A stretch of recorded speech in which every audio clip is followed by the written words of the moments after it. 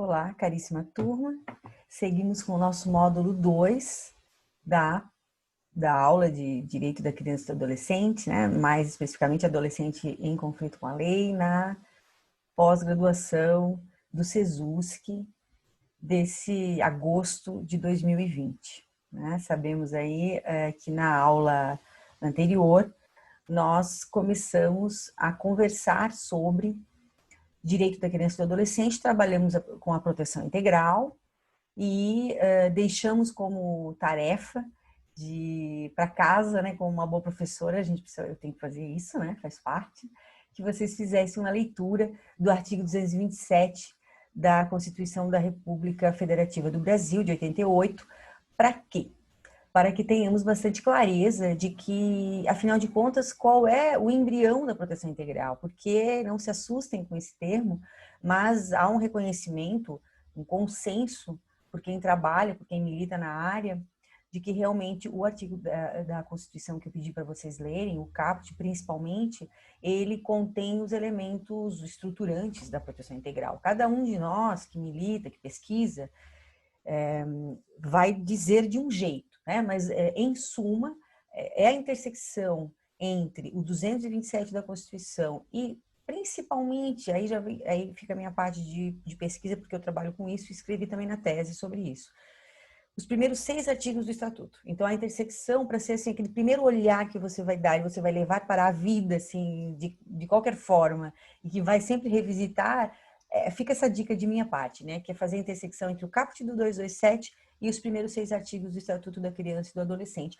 Não há exclusão de nenhum outro dispositivo da lei, né? Mas para uma visão geral, né? É disso que a gente fala nesse primeiro momento da aula, tá?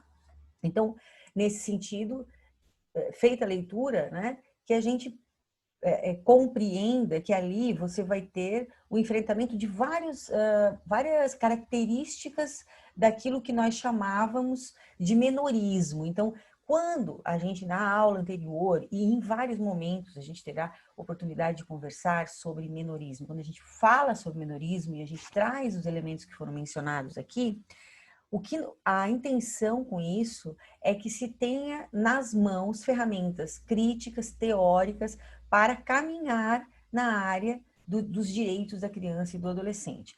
Quando eu trago para vocês esse slide, nesse início desse módulo, que para quem está me assistindo e tem baixa visão ou não enxerga, né, é um slide com 5 imagens de crianças e de adolescentes, uma imagem de jovens muito alegres, de pele clara, brincando, fazendo ok, joia com a mão, levantando o dedo polegar.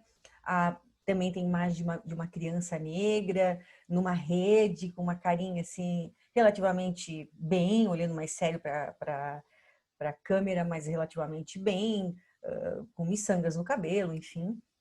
Também tem uma imagem de uma menina jovem, com uma criança bem pequenininha amamentando, né? E jovens, outras 2 imagens de adolescentes, alguns meninos jovens sem camisa, sendo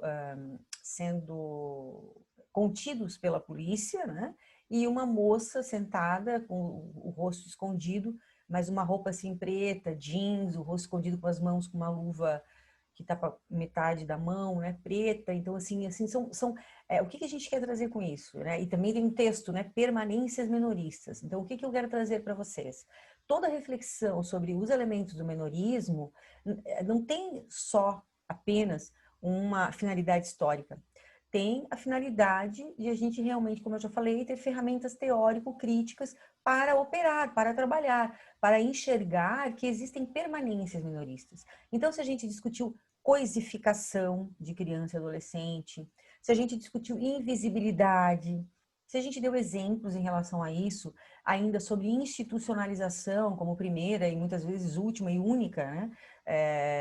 Rácio ou forma ou razão de agir no menorismo, é porque a gente precisa ser vigilante, né? A experiência, a pesquisa, a atuação na área mostram que nós não superamos completamente esses elementos menoristas, tá? Tanto é que todas as experiências que eu já pude ter, que é de um certo tempo, né, que eu já milito na área, experiências de formações, de bancas, de fazer análise de artigos científicos, de trabalhos outros, mais robustos, inclusive, que eu pude fazer já e ainda faço, aparecem sempre ainda os nós da aplicação da proteção integral. Nós, né? Não no sentido de nós, pessoas, mas aqueles entraves, aquelas dificuldades de superação e de alcance do quê? Alcance daquilo que é a proteção integral. Por isso que eu, nesse começo aqui, eu estou passando para vocês slides daquilo que vocês podem e devem acessar no início do estatuto, porque nós não vamos ficar lendo muito e muito tempo em cima de cada dispositivo desse início do estatuto, né? Então, os artigos 1º e 3º eu separei nesse primeiro slide. Um vai dizer, né, que a lei dispõe sobre a proteção integral à criança e ao adolescente. O artigo 2º está omitido porque ele é simples, ele diz respeito à questão etária, mas a simplicidade diz muito, porque aqui a gente tem a alteração justamente do termo menor e diz quem é criança e criança e adolescente é toda a pessoa com idade entre 0 e 18 anos incompletos, criança 0 a 12 incompletos, adolescente 12 a 18 incompletos, né? E também o artigo 3º, que vai trazer justamente o termo proteção integral, mas ligado à ideia de que criança e adolescente tem todos os direitos fundamentais e tem uma proteção a mais, que é a chamada proteção integral, que está no texto do artigo 3º aqui transcrito, né? E toda a preocupação em expor que se deve assegurar por lei e por outros meios, ou as políticas públicas, né, todas as oportunidades e facilidades facultando o desenvolvimento físico, mental, moral, espiritual, então é amplo, né, e social, em condições de liberdade e de dignidade. Então, assim, em suma, quando a gente pensa por que a gente tem que ser vigilante, por que a gente trabalha incessantemente, atentos e atentas às permanências violadoras e violentadoras do menorismo, é porque justamente a gente leva em consideração os objetivos da proteção integral, que são objetivos, em suma, objetivos humanistas, né? Eles não podem escapar desse quadro normativo, não pode ser da minha cabeça, não pode ser da minha moral, não pode ser da minha visão de mundo.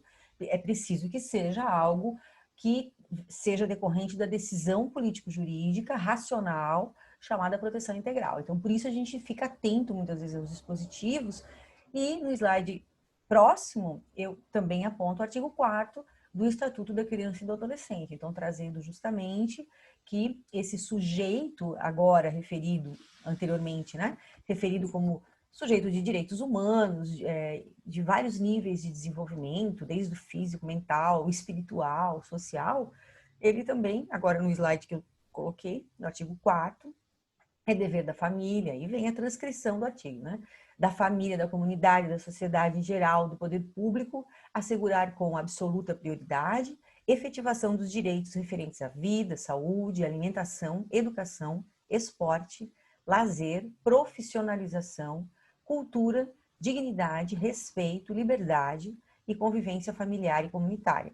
Tá? Esse é o caput do artigo 4º, que é muito parecido com o 227 da Constituição, aqueles e aquelas que leram já devem ter percebido, com algumas diferenças, que é a inclusão da comunidade aqui principalmente.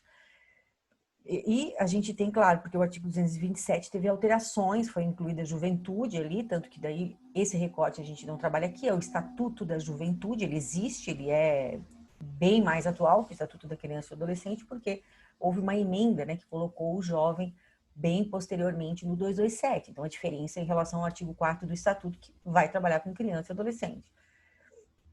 E também, aqui é importante dizer que o artigo 4º tem um parágrafo único que trabalha com a garantia de prioridade, dizendo quais são os parâmetros para que a gente entenda o que é prioridade absoluta. Então, não é também algo totalmente amplo, a revelia, digamos assim, né, dos nossos pensamentos soltos, né? A gente tem parâmetros da norma, então, parágrafo único, a linha A, primazia de receber proteção e socorro em quaisquer circunstâncias, slide seguinte, a continuação, a linha B, C e D. Então, nós temos 4 alíneas dizendo para a gente quais são os parâmetros para a gente impor ou cobrar ou mesmo se pautar quando estiver agindo na área, né?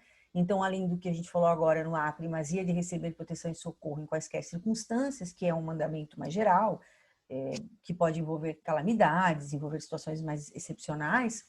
Temos também na linha B, precedência do atendimento no serviço público ou de relevância pública, situações que nós não queremos, que precisemos encarar, né? Quer dizer, necessidade diante da escassez do atendimento, ou porque realmente há um problema estrutural de organização da política pública, ou porque por algum motivo está sobrecarregado, colocar pessoas com menos de 18 anos na frente dos adultos. Nós temos uma questão com a pessoa idosa, que precisa ser bastante bem ponderada, porque eles também têm prioridade nesse momento, e nós precisamos tomar as decisões muitas vezes na linha de frente, que quem está na linha de frente tem autonomia técnica, embora deva se submeter a esses imperativos aqui que a gente está trazendo, da prioridade, mas tem autonomia técnica porque é realmente quem sabe das condições, enfim, de organismo e alguma suscetibilidade específica, que só quem tem conhecimento técnico, vamos dar o exemplo aqui da saúde e da assistência social, por exemplo, que são questões muitas vezes de limite mesmo de atendimento a essas pessoas vulneráveis, tá?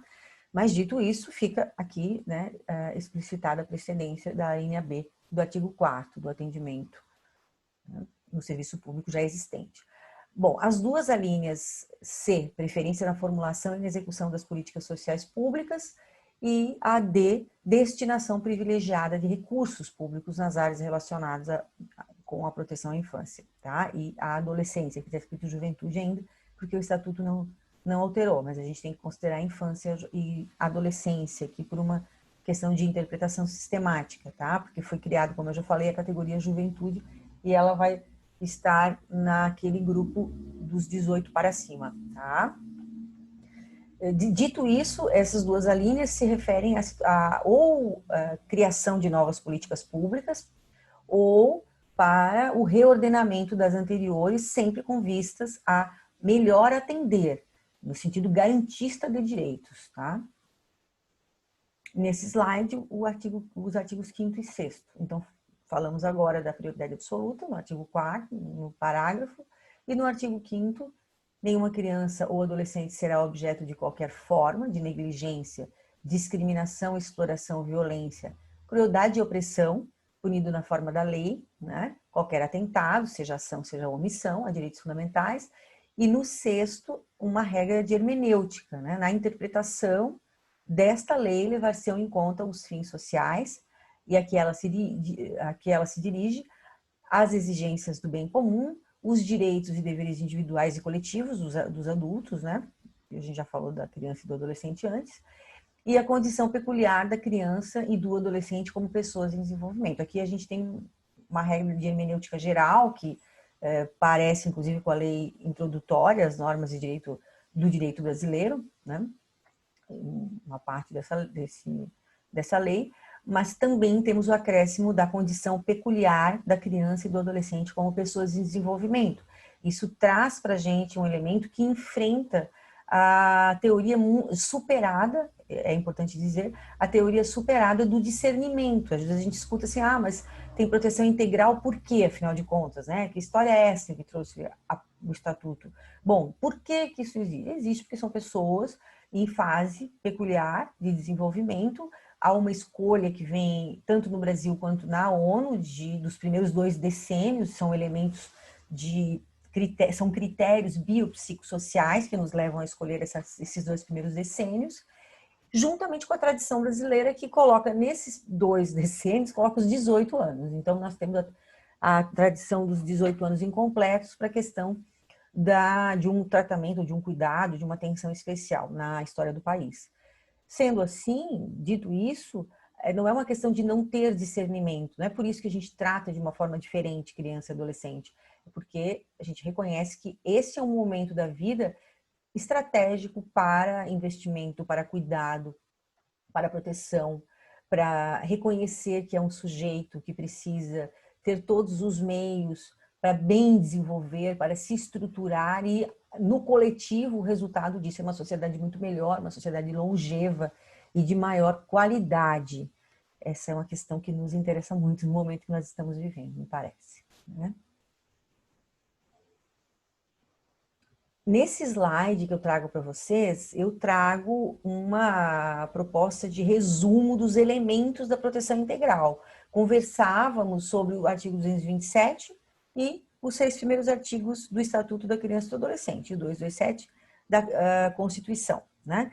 Esse slide, a gente tem aqui descrevendo, então, esse slide, ele no fundo tem um skate, né, e um tênis, né, da minha filha, por isso que eu coloquei aqui para ficar um pouco mais pessoal. Eu botei no fundo e em cima os textos, né? O título Proteção Integral, depois um texto Elementos, né, em amarelo, com um vermelho mais forte embaixo, e num quadro, aqui no retângulo, melhor dizendo, os elementos, então, que advêm da intersecção entre, como eu falei antes, aquele macete para a vida, né, do 227 e dos artigos que eu mencionei, artigo 1º ao 6º do Estatuto. Esses elementos são a responsabilidade compartilhada, fica mais fácil de entender agora do que a gente leu, né? Então, eu vou me demorar pouco aqui, para a gente poder ficar mais tempo na segunda parte desse módulo, né?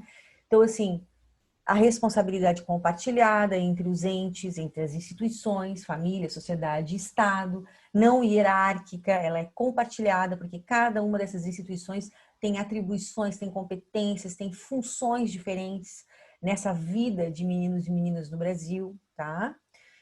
Outro elemento, o reconhecimento da condição de sujeito, é o contrário da coisificação, é o contrário de você negar esse lugar de sujeito, de se desenvolver, de ter seus desejos, ter as suas especificidades, as suas marcas, né? O jeito que é, o jeito que existe, os seus níveis todos, do artigo 3º que a gente dizia antes, né?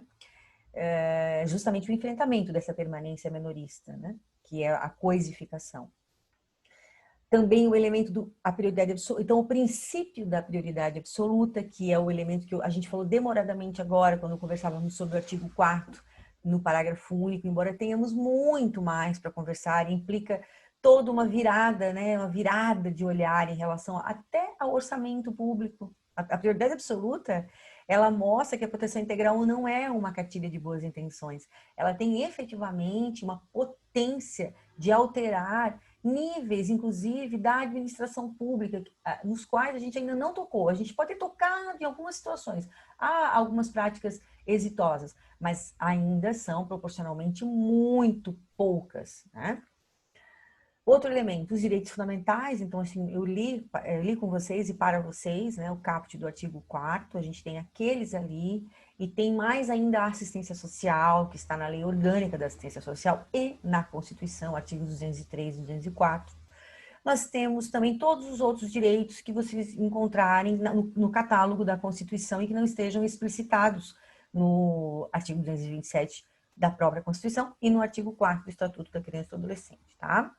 Dizendo também, antes de avançarmos, que embora nós não vamos ficar aqui demorando em cima dos direitos fundamentais, eles são fundamentais, como diz o nome, não quis fazer isso, mas enfim, reforcei, porque eles são, assim, estruturais para você compreender o direito da criança e do adolescente, porque não se faz atuação diante desse sujeito sem pautar essa atuação pelos direitos fundamentais. Compreendam. Não se faz porque a gente quer ajudar a criança e adolescente. A gente, lá no mundo da moral, da religião, se você tiver se sentir envolvido em alguma questão, é outra coisa. Quando a gente trabalha com direito, quando a gente trabalha com serviço público, quando a gente intervém muitas vezes, ou milita mesmo, advoga, em relação à vida de meninos e meninas, nós precisamos estar pautados pelos direitos fundamentais, que são tantos, são tão amplos, que nos dão assim uma pleiade de possibilidades de intervenção que seja dentro da moldura da lei, que seja dentro da legalidade, tá? E o Estatuto regulamenta, além da lista no artigo 4º que a gente mencionou, dentro do Estatuto você vai ter capítulos dos direitos fundamentais. Então vai estar vida e saúde, 7º a 14, liberdade, respeito e dignidade, artigo 15 até 18b, muito importante ler, conhecer, tá? Depois direito à convivência familiar e comunitária, artigos 19 a 24 mais especificamente, mas depois disso toda a regulação da colocação em família substituta, dos 25 até os 52, a adoção, muito interessante também. Seguindo no rol de direitos fundamentais, dentro do Estatuto da Criança e do Adolescente ainda, profissionalização e proteção no trabalho, artigos 60 a 69, mas eu pulei o rol educação, cultura, esporte e lazer, artigos 53 a 59. Então, assim, não se avança sem ter uma noção desses direitos, porque aí a gente vai muitas vezes para o ato infracional e não compreende que tem uma base que serve para todos. Tenham eles acusação, prova ou não de autoria de ato infracional. Essa é uma questão importante. A gente ainda deve em relação a isso como sociedade, como Estado. Tá? Mas enfim, sigamos. Temos aqui a nossa carga horária, né? Outro elemento é a prevenção de violências. O artigo 5º é muito interessante, nós já lemos, né, juntos e juntas aqui, a prevenção de violências, porque na proteção integral você não fica focado no problema, você busca não ficar focado no problema, você busca colocar no centro o sujeito de direitos, então, os seus direitos, e ser tão vigilante, tão cuidadoso, que você reduz a incidência consideravelmente de violências. Não é o foco na violência, mas também é a noção de que a violência, na verdade, é todo tipo de violência tentatória aos direitos humanos, todo. Tanto aquelas mais que a gente chama a atenção da gente, que eu até mencionei aqui no módulo anterior, que é a violência doméstica, né, que a gente conhece muito bem, os 4 tipos, sexual, física, psicológica, negligência, que é o podendo cuidar, não cuida, quanto as violências institucionais, né, a violência simbólica. Então, hoje a gente já tem assim, um caminho andado, né? Nos últimos anos, a gente tem um caminho muito importante em relação à questão das violências, nós já não somos mais tão tímidos e tímidas, né, no reconhecimento, né? Na verdade, não é violência, são violências. E o outro elemento, a condição peculiar de pessoa em desenvolvimento, né? Em relação a ele, eu parei um pouco mais no nosso módulo agora, que nós, nesse módulo em que estamos, no módulo 2, né? Conversei um pouco mais, tá? Então, assim, esse é um quadro geral que eu deixo de presente para a turma nesse slide. Porém, agora nessa segunda parte do nosso módulo, eu gostaria de conversar com vocês sobre aquilo que o Estatuto da Criança e do Adolescente, na verdade, ele criou, que é o Sistema de Garantias de Direitos Fundamentais. É muito interessante porque, dessa forma, adotando a metodologia do Sistema de Garantias, qualquer um e qualquer uma consegue dialogar com essa área, com o direito da criança e do adolescente, com muito mais autonomia e com mais rapidez para aplicação. Então, assim, é um jeito de olhar o Estatuto da Criança e do Adolescente, é um jeito de concebê-lo e é um jeito de aprendê-lo que nós temos realmente escolhido já faz muito tempo, tá? Não é que com o sistema de garantia de direitos a gente tem, assim, ou nele a gente tenha chegado há poucos anos. Na verdade, vamos deixar bem claro em relação a esse slide que eu coloco aqui, lembrando de descrevê-lo para vocês, ele tem um título, né? Sistema de Garantia de Direitos Fundamentais. É um slide branco, ele tem 3 parágrafos explicando de jeito bem simples sistema, e eu vou ler depois, garantias, lerei também, e direitos também explicados. E a imagem de uma imagem um pouco assim, que pode mexer, né? A gente pode pensar o que está ali, é uma imagem que tem um azul, tudo, ela é meio mais clarinha, no fundo é a bandeira do Brasil, só que escrito Brasil ao contrário, só que ela está bastante estilizada, ela está diferente, e o texto em cima é Estatuto da Criança e do Adolescente e um ponto de interrogação. Então, eu trouxe isso para vocês, porque a gente precisa também se colocar essa questão. O Estatuto da Criança e do Adolescente, tá, e daí? Essa é a questão. Mas o que eu tenho a ver com isso? O que ele trouxe? Aí vem a minha provocação para vocês. E aí, de novo, eu aqui, como professora que quer demais interagir com vocês, peço que anotem o que vocês pensam quando vocês enxergam esse slide, ou quem não pode enxergar, quem me ouve descrevendo esse slide. Afinal de contas, né? esse Estatuto da Criança e do Adolescente, ele cria, existe um jeito de apreendê-lo, que é o Sistema de Garantia de Direitos Fundamentais, mas daí, o que é isso, afinal de contas, né? Bom, já toda a... Em poucas linhas, né? Em poucas palavras, melhor dizendo, toda a ideia de se ter uma Constituição, propriamente mesmo, uma Constituição Federal, uma norma acima de todas as outras, que vem pautada no reconhecimento dos sujeitos, na dignidade, no rol de direitos fundamentais e garantias, já é por si só, né, uma configuração de sistema de garantia de direitos. Isso aconteceu em vários países antes de nós, no processo constitucional global, digamos assim, geral, no Ocidente, né? E aqui no Brasil, em 88, isso fica mais claro, embora a gente já tenha tido constituições com esses vieses anteriores, né? A gente teve em 34 e a gente teve em 46, mas o Brasil tem problemas sérios em relação à sua ordem constituinte, democrática, né? E em 88, então, nós temos esta Constituição.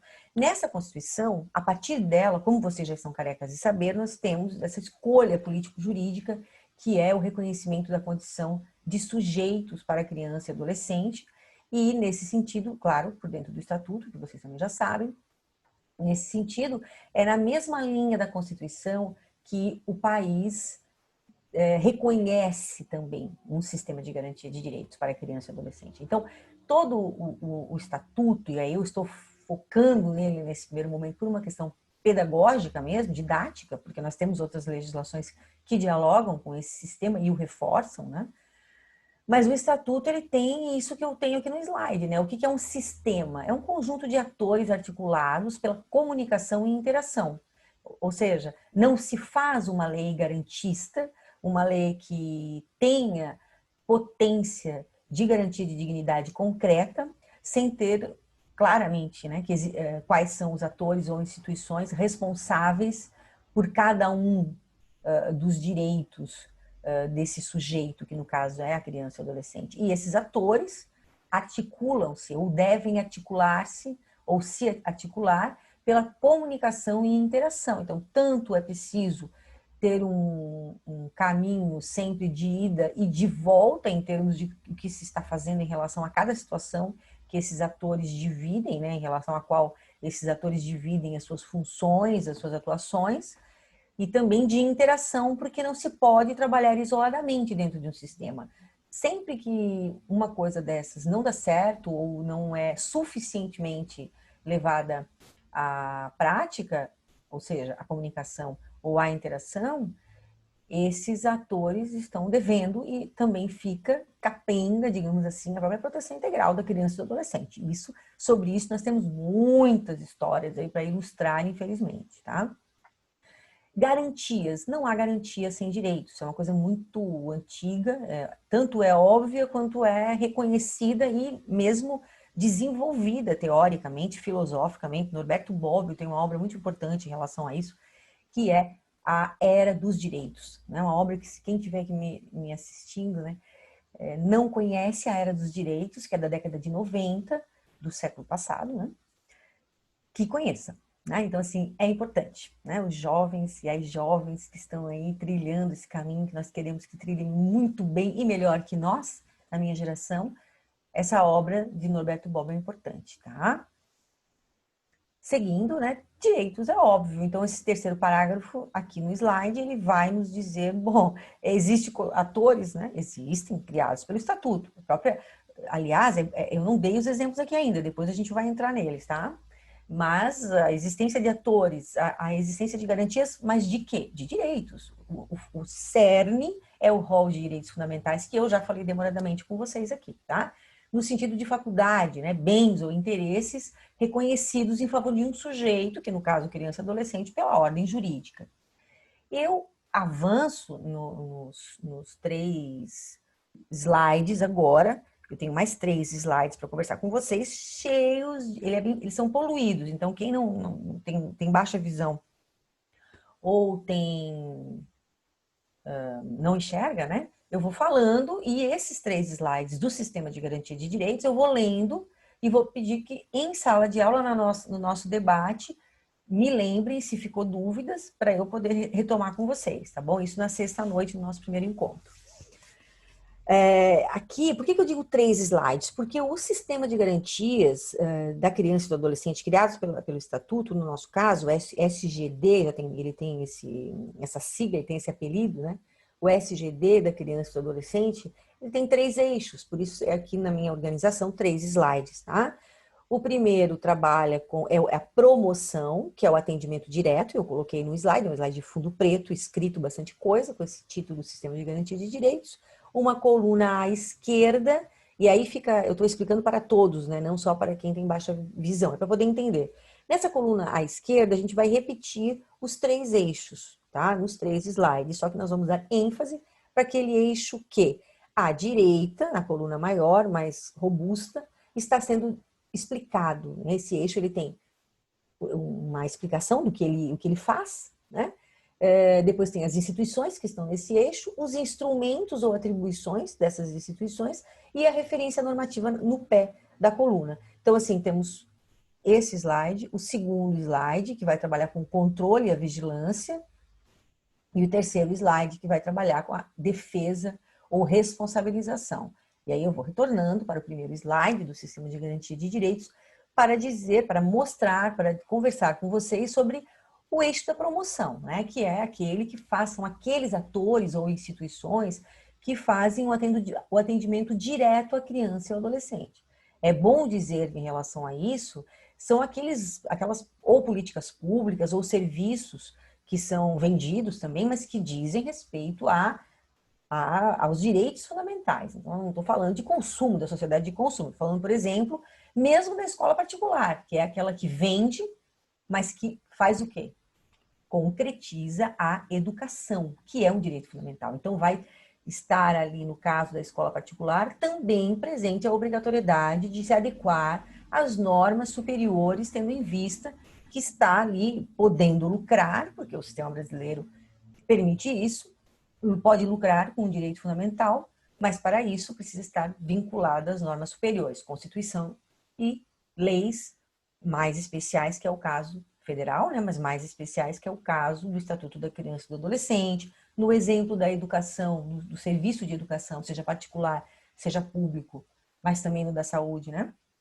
Temos LDB na educação, temos na saúde a lei do SUS, que é a lei 8.080 e todas as outras afinadas com ela.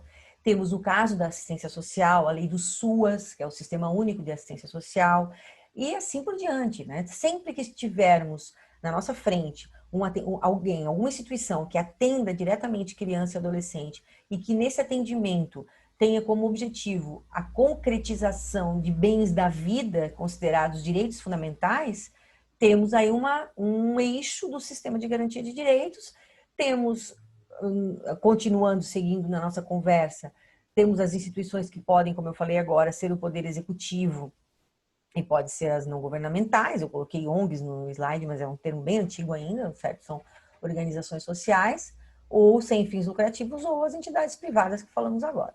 E, claro, o serviço público é muito importante aqui, né? O serviço público garante que num país como o nosso, nós tenhamos ações estratégicas de proteção social, como é o caso da educação, da saúde e da assistência social.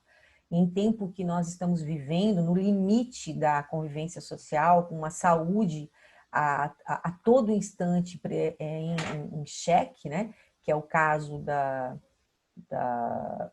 da ocorrência desse novo coronavírus em 2020, a importância da proteção social à criança e adolescente no que diz respeito à saúde, à educação e à assistência social, está cada vez mais clara para todos nós, nesse limite em que estamos vivendo. Mas, de toda sorte, em todo tempo, essa é uma obrigatoriedade, é uma decisão, né, é uma função assumida pelo Estado brasileiro e que deve ser o tempo inteiro, né, perseguida, vigiada, controlada no sentido de controle social para a qualidade e cuidados orçamentários, né? Então, esse é um eixo, e a gente tem aí muita importância nele, já falamos, né? O segundo eixo é o eixo do controle ou vigilância, e nesse eixo do controle e vigilância que eu passei o slide, nós temos os conselhos de direitos, os fóruns de direitos da criança e do adolescente, que podem ser municipais, estaduais ou nacional, o próprio Conselho de Direitos também existem os 3 níveis, e o Conselho de Direitos é obrigatório, porque ele está previsto na legislação, ele tem base na Constituição, como dizem os artigos que estão no slide, né, referenciados no parágrafo 7º do artigo 227, nós temos a própria diretriz constitucional da participação popular, e os conselhos de direitos pretendem dar conta da participação popular diante do governo, tá? Em relação àquilo que o eixo do controle faz, que é a vigilância sobre as políticas públicas. Então, dialoga com o que eu acabei de falar, que a própria qualidade do atendimento direto, no primeiro eixo que falamos, que é a promoção, depende da atuação das instituições ou atores do controle, do eixo do controle.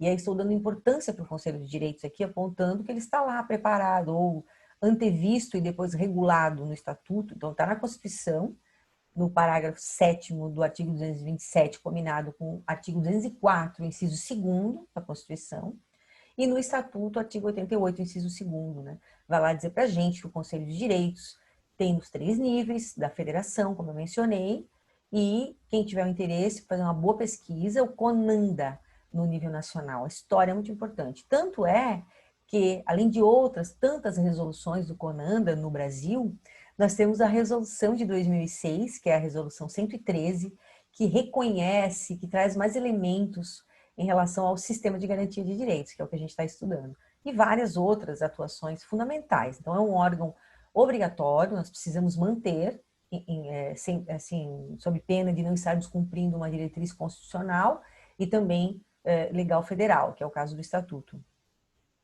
E nesses conselhos vale a pena estudar a paridade entre governo e sociedade, o mesmo número de ocupantes, vale a pena perceber o poder controlador e deliberativo desse conselho em relação às ações em todos os níveis, envolvendo políticas para a criança e o adolescente. Então, temos aí ainda muito a caminhar em relação aos conselhos de direitos. Temos muita história boa, mas ainda precisamos avançar. E a sociedade precisa conhecer para poder cobrar. Nesse eixo do sistema de garantia de direitos, também temos outros atores conhecidos, né, que é o caso do Legislativo, ou um que eu não coloquei no slide, que é o Tribunal de Contas. Então, tudo que a gente puder imaginar de atuação de um órgão para controle das políticas públicas, para que se faça aquilo que a gente chama, que está no slide aqui, instrumentos, né? Acompanhamento, avaliação e proposição de políticas públicas, tudo isso, todos esses atores devem ser acompanhados, né? E devem ser mais até efetivos no controle, tá? No terceiro eixo, nós temos essa finalização desse módulo, nós temos já a defesa. Então, a defesa, ela entra nas situações em que você já percebe ameaça ou violação a direitos fundamentais de crianças e adolescentes, ou já uma ameaça iminente, né? Ou a percepção de que existe uma vulnerabilidade, tá? Então, assim, ainda um pouquinho antes da ameaça, mas aí vai depender da instituição que estiver sendo analisada, porque aqui no eixo defesa ou responsabilização, nós temos o Conselho Tutelar, Ministério Público da Infância e Juventude e o juízo, eu digo a juventude pelo hábito, né, mas é da infância e adolescência, e também o juízo da infância e adolescência.